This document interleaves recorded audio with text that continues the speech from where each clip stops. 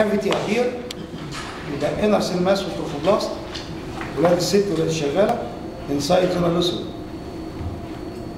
at 5.5 days or 6 days enter uterine cavity implantation disappearance of zona lucida. This is implanted and you will mention more detail about that. Okay, right? طبعا implantation normally في الميدل of the anterior wall والميدل of the posterior wall is the fundus يعني هنا wrong but it is as here really wrong and this will be suffering from problem later but it must be here or in the anterior near the fundus. This is the fundus. This is fundus uterus. Must be here, not here. If here, this is called ectopic or abnormal implantation. هتبقى الحالة دي هيبقى عندها 3 حاجات مهمين. Pain is caused with recurrent bleeding بعد الشهر الثالث لما تيجي تكون جلسات. Pain is caused with recurrent بعد الشهر يبقى اسمها ولا بلاسنتا بريفيا. اسمها ايه؟ بلاسنتا بريفيا. هتاخدوها في سنة 5 أعتقد أو في 7 okay? فهنا if implantation not this female will continue pregnancy is going to suffering from placenta previa. اسمها ايه؟ placenta previa. هيبقى فيها painless old recurrent okay? bleeding يعني نزيف. تقوم من النوم عمالة تخرخر دم صور دم يبقى بيبس روزس ريكارنت السبب الدم نازل من غير اي سبب يبقى معنى كده ان هفكر على طول بلاسنتا بريفيا. الكلام ده بعد الشهر الثاني افتر سيرفيس. Here the same zygotes 2 cell 4 cell 8 cells مالولا. طبعا هنا removing الزونة لوسيد ما عليها زونة لوسيد ما عليها زونة لوسيد مش هتشوف الكلام ده صح؟ خدناه شوية. حصل بعد كده ايه؟ appearance of cavity blastocyst والinner cell mass او stem cell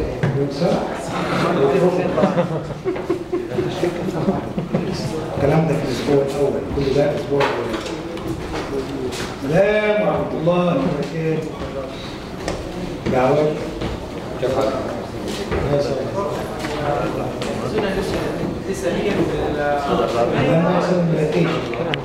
لما البلاستوسيست تتكون لما دي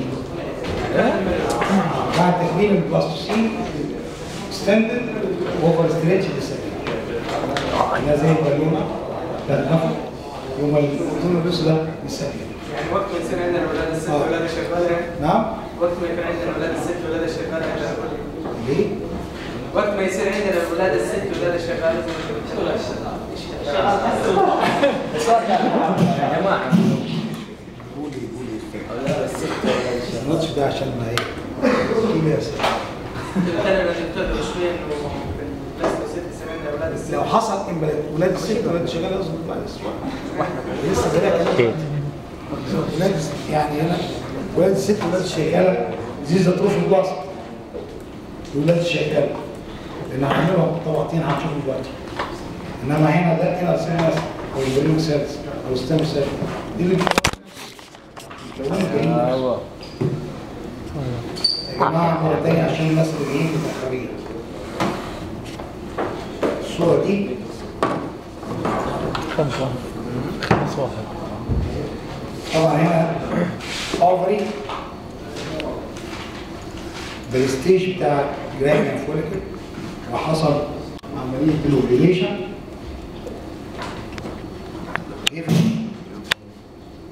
الاوفر حوالين منها السبيرم وقلنا السبيرم ده لازم بيحصل له حاجه اسمها ايه؟ كابسيتيشن، يعني ريموفينج اوف سيمينال بروتين والبروستيت بروتين، وتيجي يخترق الكورونا ريدياتا والزونوليسم. وانس بيرسي one of them بيرسي الزونولوسيدا والكورونا ريدياتا من بره، يعمل لي واحد بس، يعمل زايجوتس. يعمل ايه؟ هذا الزايجوتس هو ده مين برونيوكلاس وفيميل برونيوكلاس زي فيوز توجذر، يعملوا تو سيلز immediately على طول inside زونولوسيدا. بعدين these are 4 cells. Then several cells 32 or 108. This is called malaria, all day malaria. Inside the zonulus, appearance of cavity, which is called the blastocele, differentiate the malaria into 2 groups of cells. ولاد الست وولاد الجنس. ولاد الست اللي هم الانر سيل ماس او الستيم سيل او الجرينينج سيلز. والسيلز الثانيه اللي هي عليها تروفوبلاست اسمها ايه؟ تروفوبلاست. اسمها ايه؟ تروفوبلاست. الكلام ده انسايد زونولوس. هذا هابنز. خش if you look in here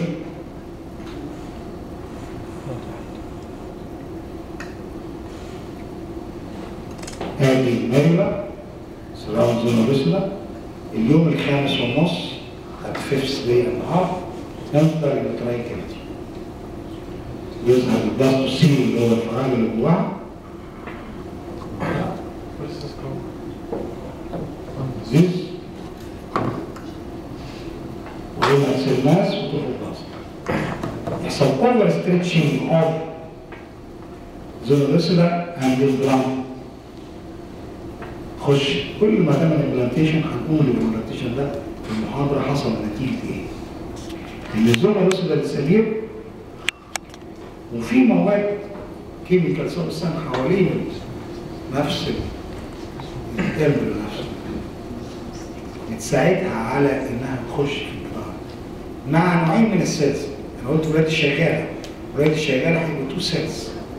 مجموعه اللي هي اوتسايد بيسموها سيل وزاوت سيل ممبرين، سيل وزاوت ايه؟ والمجموعه الثانيه سيل والسيل ممبرين. هنقول الاسم ودول اسم هنقولها دلوقتي. يبقى هنا حصل امبلانتيشن.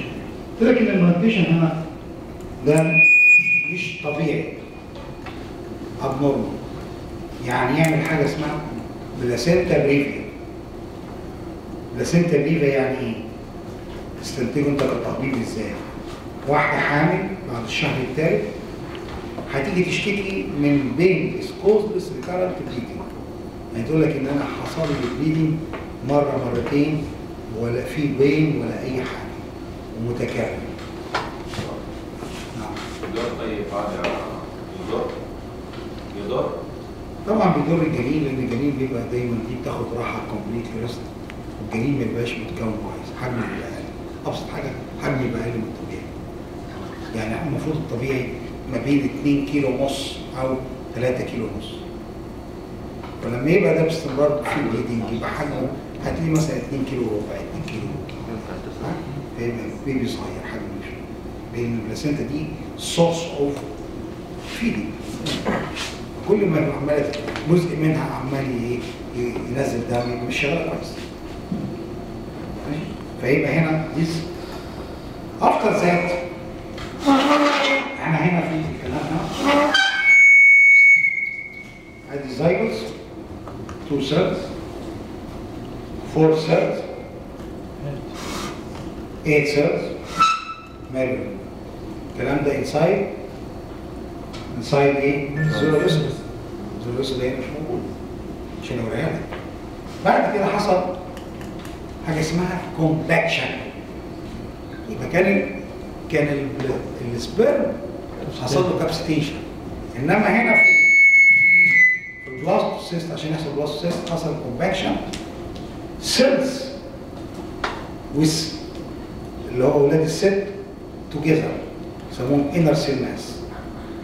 والسيل الثانيه اللي هي تروفوبلاست يبقى وظهر فراغ، يعني سيلز بتاع these cells differentiating in two groups due to appearance of a cavity which is called the blastocele. بقى there are inner cell mass وتروفوبلاست. الكلام ده تلاحظ ان كل حاجه وحاجه، inner cell mass او stem cell، blastocele واحد، تروفوبلاست واحد. يبقى احنا في الاسبوع الاول، في نهايه الاسبوع الاول، يعني مثلا يوم السابع او الثامن، السابع على طول. نخش في الاسبوع الثاني second week، كل حاجه تبقى 2، كل حاجه تبقى ايه؟ 2 2. الانر سيل ماس تتقسم الى مجموعتين من السيلز، مجموعه جروبس which is called ايبيبلاست، والمجموعه الحمراء دي بيقولوا عليها هايبوبلاست او اكتوديرم وانتوديرم. يبقى الانر سيل ماس دخلنا في السكند ويك differentiated into ايبيبلاست and هايبوبلاست. هايبو ايه؟ هنا الفراغ ده يظهر جواه ممبرين تاني يسموه هوزرز ممبرين. يسموه ايه؟ هوزرز ممبرين. هوزرز او اكسسورويد ممبرين. وتبتدي السيلز اللي التروفوبلاست يحصل لها ديفرنشيشن اكتر. مجموعه with cell membrane ومجموعة without cell membrane. This cells اللي هي outer one without cell membrane هنسميها syncytial trophoblast. سموها ايه؟ syncytial trophoblast. اسمها ايه؟ syncytial this one. وفيها فراغات اهي سبيس. ليه؟ انها بتاكل الخلايا اللي حوالين منها، فبعد ما تاكل يبقى مفيش حاجه، خلاص اختفت الخلايا اللي هنا، فبقى سبيس. هذا السبيس يحتوي على ماتيرنال بلاد. يحتوي على ايه؟ ماتيرنال بلاد. ماتيرنال بلاد. عايز تتكلم معاه؟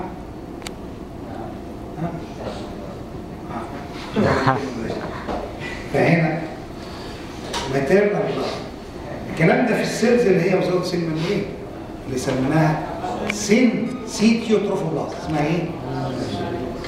والسيلز اللي هي والسيل ممبرين دي اسمها سايتوتروفوبلاست. اسمها ايه؟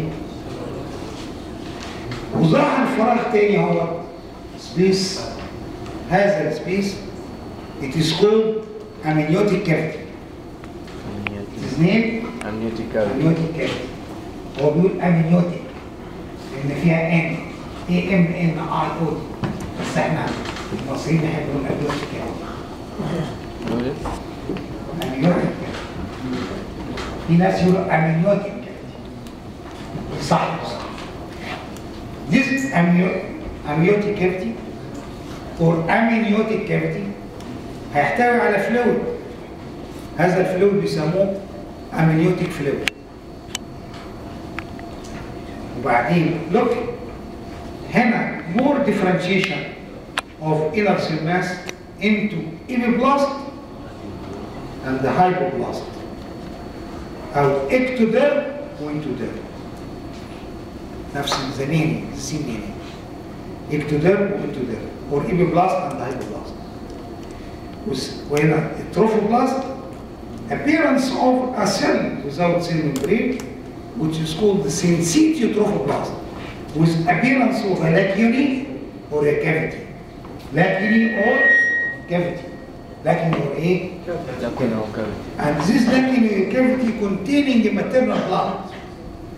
Containing maternal blood. This happened at the 11th day. في اليوم ال11. وهنا this vessel membrane this cavity is called كان الأول هنا اسمه blastocele يسموه برايمري اوكساليك نتيجه appearance of membrane which is called exocelomic membrane or primary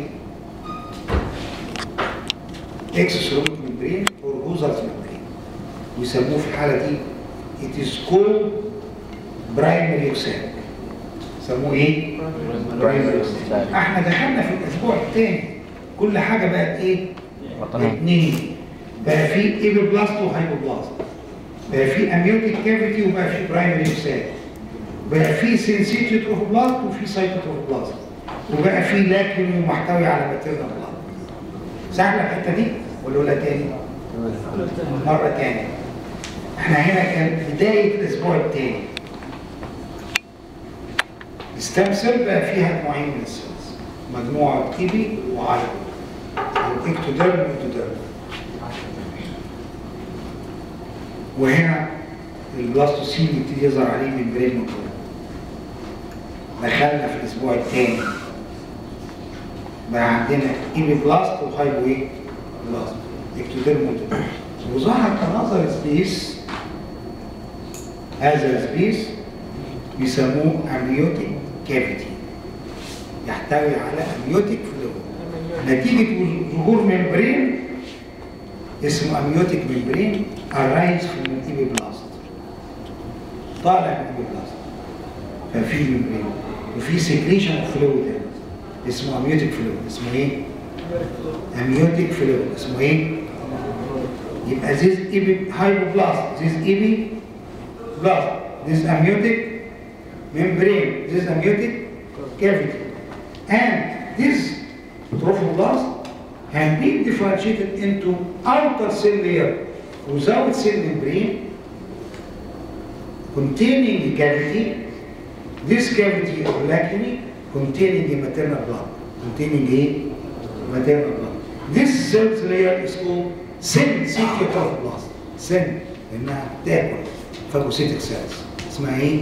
syncytial trophoblast. And another cell here which is called cytotrophoblast. اسمها ايه؟ cytotrophoblast. الكلام ده في اليوم ال11. في اليوم الكام؟ ال11. ماشي؟ طب في صورة تانية هنا.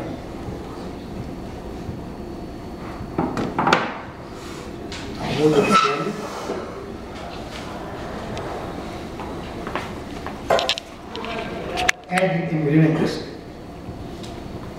وادي الاميوتيك كافيتي والميونوبلاستيك سيلز. وهنا ظهور خلايا من الهايبوبلاست لايننج ات وتحولت الى سكندري يوكساليك. اسمه ايه؟ سكندري يوكساليك. يعني الممبرين اللي كان موجود هنا اللي هو الهوزرز ممبرين بقى لايند باللون الاحمر ده اللي هي خلايا اسمها هايبوبلاست، فاتحول الى سكندري يوكساليك. اسمها ايه؟ وبقى عندنا اميوتيك كافيتي. وفي حاجه ثانيه دي ناقصه حاجه يا صاحبي. تعال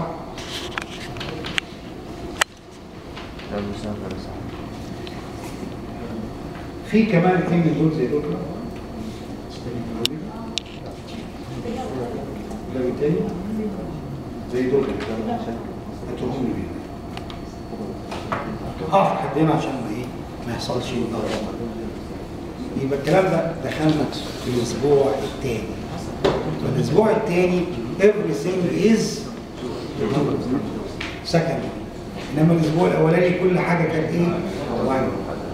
من اول ما حصل fertilization لحد ما حصل implantation كل ده هنخش الاسبوع الاول كله. وعند الامبلانتيشن نهايه الاسبوع الاول يبتدي الامبلانتيشن. وانس الامبلانتيشن حصل يبقى هتخش في السكند ويك. السكند ايه؟ ويك. في السكند ويك يعني كل حاجه بقت اثنين. بقى في تو كافيتس اميوتيك وايه؟ يوكسال. بقى في ايبيبلاست وهايبوبلاست. بقى في التروفوبلاست اتقسمت الى تو سيلز. سيل وزاوت سيل ممبرين وسيل وذ سيل ممبرين. السيل وزاوت سيل ممبرين سينسيتوتروبلازم. السيل والسيل ممبرين يسموها سيتوتروبلازم. ماشي؟ ولسه في الاسبوع الثاني في حاجات تحصل. بقى في لاكيوني، واللاكيوني دي تحتوي على ماتيرنال بلاد. وفي حاجه ثانيه انا بعت تجيبها دلوقتي. كيف ما فهمت يا دكتور اللي هي السكندري اصبر عليها شويه. ماشي؟ ماشي؟ انما كل حاجه ايه؟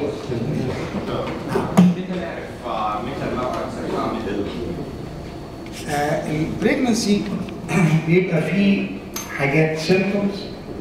سيمتوم يعني العيال تقول لك او الواحد يقول او الست تقول لك، مش الواحد، هي تبقى الجثه يقول لك. ها؟ فبيبقى تقول لك الدوره ما جاتش. اول حاجه كان متوقعها ان المنسس بتيجي كل افري لونر مانس، فما تجيش. الدوره ما جاتش يبقى الواحد يتوقع. تاني حاجه، احنا كاطباء عندنا كان زمان بيعملوا يورين تيست، واليورين تيست ده بيستنى حوالي 3 أسابيع عشان يعمله. بعد ما الدوره ما تجيش. انما حاليا بيعمل بلاد اناليسيس، يعني يبان بعدها ب4 أيام 5 أيام يشوف الكوريون جونادوتروفين في البلاد. ليه؟ لان السيلز اللي هي تروفوبلاست بتفرز سكريتنج كوريونيك جونادوتروفين. كوريونيك جونادوتروفين. فاحنا الكوريونيك جونادوتروفين موجود في البلاد ليفل معين، لما يزيد عن هذا الليفل محدد يبقى ده دايجنوستيك.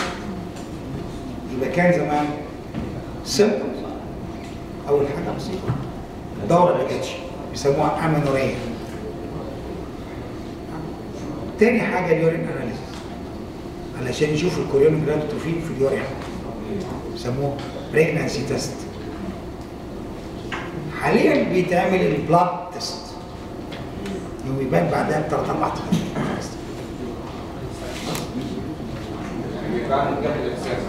بعد ده قبل اليورين تيست. حد فاهم حاجه من الرقم؟ هنا والله لا. نعم؟ انا الشيء هذا الشيء ده ما انا مستني على حاجه ثانيه تيجي دلوقتي عشان تفهم، لان هقولها مش ده احنا الاسبوع الثاني، بس في صوره حاجه قبلها عشان كده مش عايز اقول، عشان كده بعد ساعه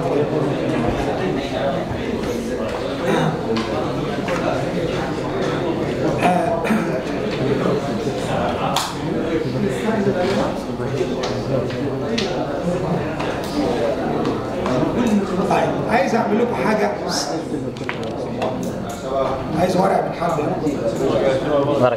ورقه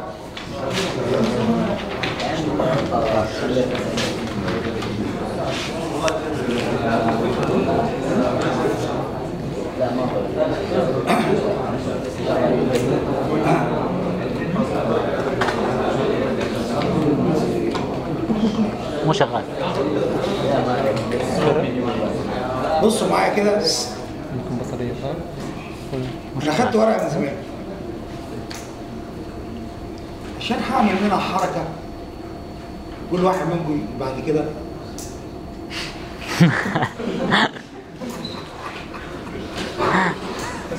اصل انتوا فاهمين اللي بيبقى واقف هنا بيدي محاضره مثلا قرطاس مثلا انا ماشي في كل حاجه وعارفين اللي فاهم واللي مش فاهم، واللي قاعد سرحان شايفينه، واللي قاعد معانا شايفينه.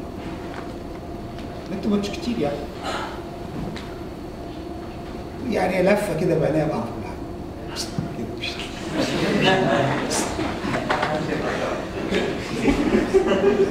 زي الاثنين بقى وقت اللي قاعدين يتكلموا مع بعض بالصوت عمالين يحكوا بقيه الموضوع.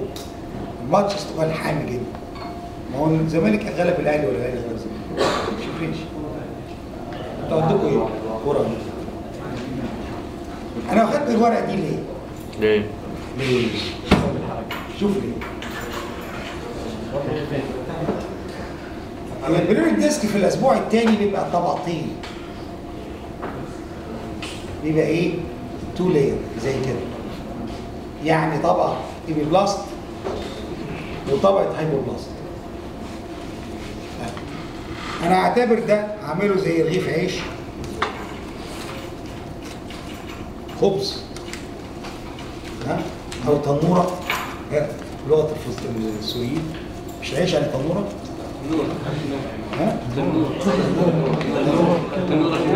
التنورة دي هي الميني شو اسمه ايه؟ تنور. تنور ايش؟ بسيط يعني، فراغ بسيط شويه. حاجة تلبس حاجة تاكل. ايوه. انا بعمل ايه دلوقتي؟ بص.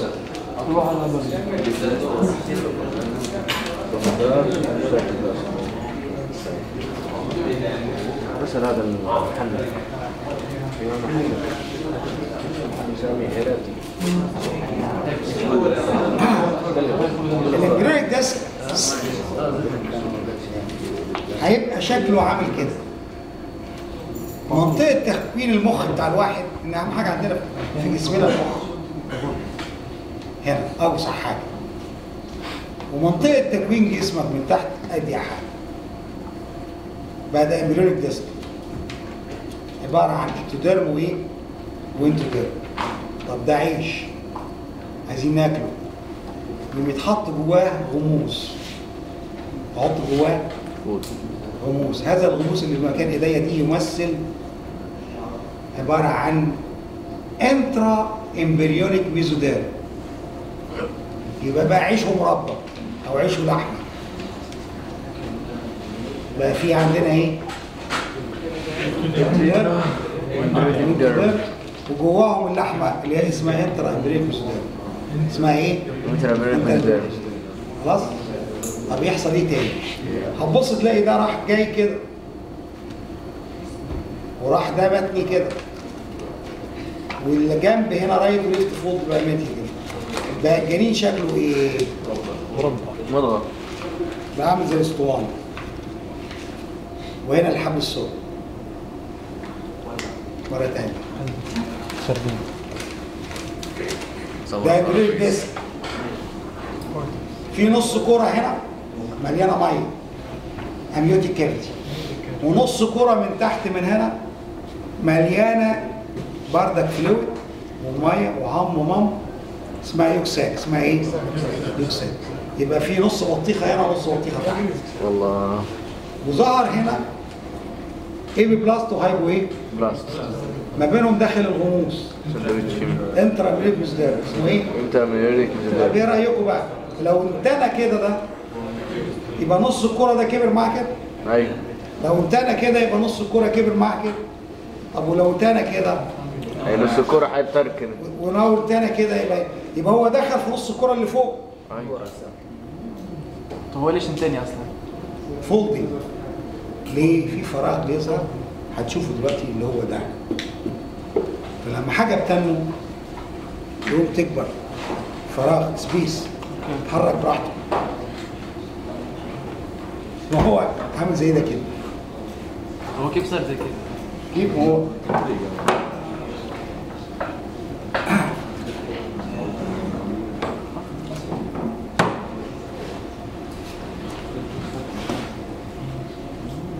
المرحلة اللي قبل دي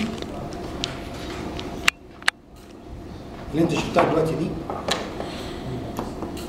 ظهور فراغ سبيس. هذا السبيس this space helping الفولدنج مع الجروس rapid growth in some region more than other region, and the cells become it's elongated. it is ايه؟ لما تبقى elongated واليمة تكبر عن يمة one side increase more than the other side يبقى يحصل لها ايه؟ فولدنج. طب انا لو عملت ايديا بصوا معايا كده، ايديا اهي، ظهر ايديا فين؟ dorsum above. When I turn like that the dorsum becomes ventral and the ventral become ايه؟ dorsum. سهلة؟ فكروا فيها لحد المرة الجاية next week. وقبل ما اقول next week في عندي هنا ظهر Looking here, this amniotic cavity is a yolk sac, and this embryonic disc. Appearance of a layer of cells which is called extra embryonic mesoderm. اسمه ايه؟ وانا قلت هنا في ميزوديرم كان هنا اسمه ايه؟ انترا. يبقى كام نوع من الميزوديرم دلوقتي ظهر؟ اثنين. يعني معنى كده احنا بردك في السكند ويك بقى في عندي انترا امبريونيك ايه؟ ميزوديرم ده يبتدي في الاسبوع الثالث، والاكسترا امبريونيك ميزوديرم في الاسبوع ايه؟ الرابع. الثاني. في الاسبوع ايه؟ الثاني. هذا الاكسترا امبريونيك ميزوديرم تبص تلاقيه يتحول الى تو لاير. ظهر فيه فراغ سبيس. هذا السبيس يسموه اكسترا امبريونيك سيلوم. يسموه ايه؟ اكسترا امبريونيك سيلوم. سيلوم ده يقوم يحول this transfer this extra embryonic mesoderm into مجموعتين. مجموعة outside وحوالين الاميوتيك كافيتي يسموها بارايتال لاير. يسموها ايه؟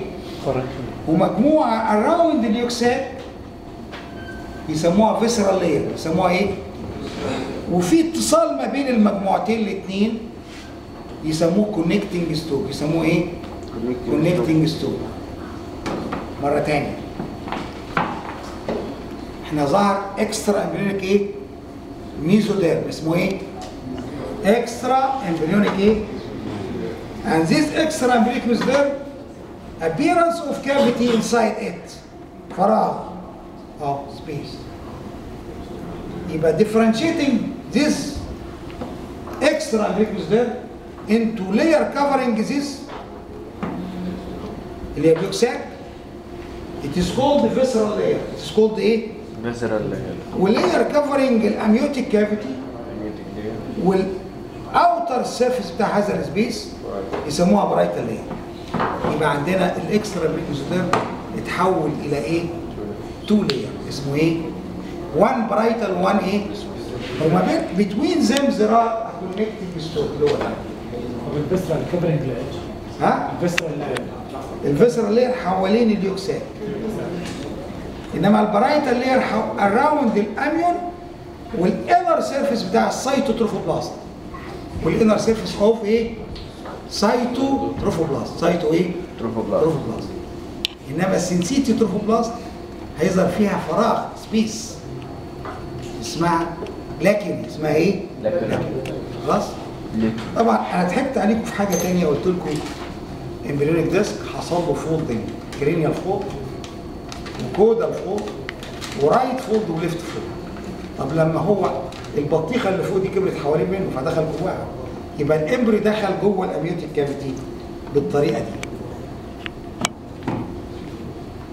يبقى كل ده اميوتيك كافيتي.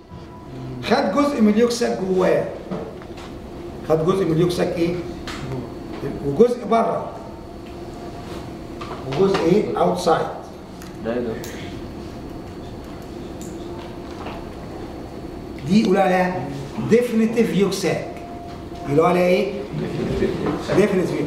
وحصل فولدنج بقى جوه الجزء من اليوكساك اللي جواه ده يعمل كل الفور جات بتاعته. فور جات والهاين جات والميد جات. مش احنا كنا واخدين في لارج انتستين وسمول انتستين وستوما ومعده اسمه فور جات كلها.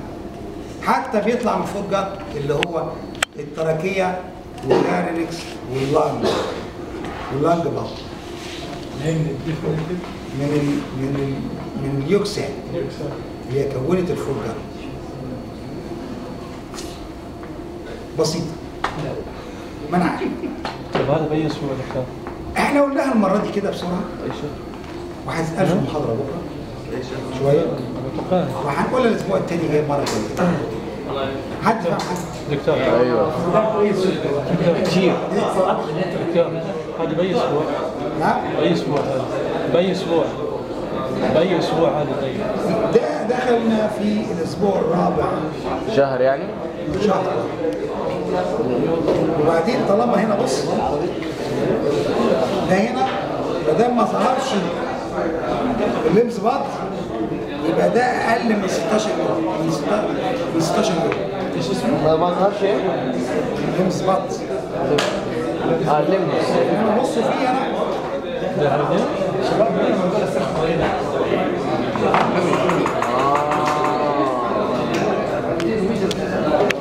ده عدى 16 يوم، انما ده مفيش لم بط، يبقى يدوب 16 او 15 يوم. انما هنا ده لمس بط يبقى ده يوم 16. لو حصل اليوم اللي هو الليم بط ابتدى يظهر اهو، يبقى معنى كده 18 يوم. شوفوا عامل دي ضدها؟ ادي المضغه الغير مخلقه صمايد.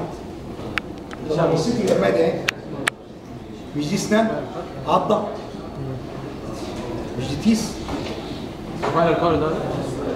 مضغه صمايد.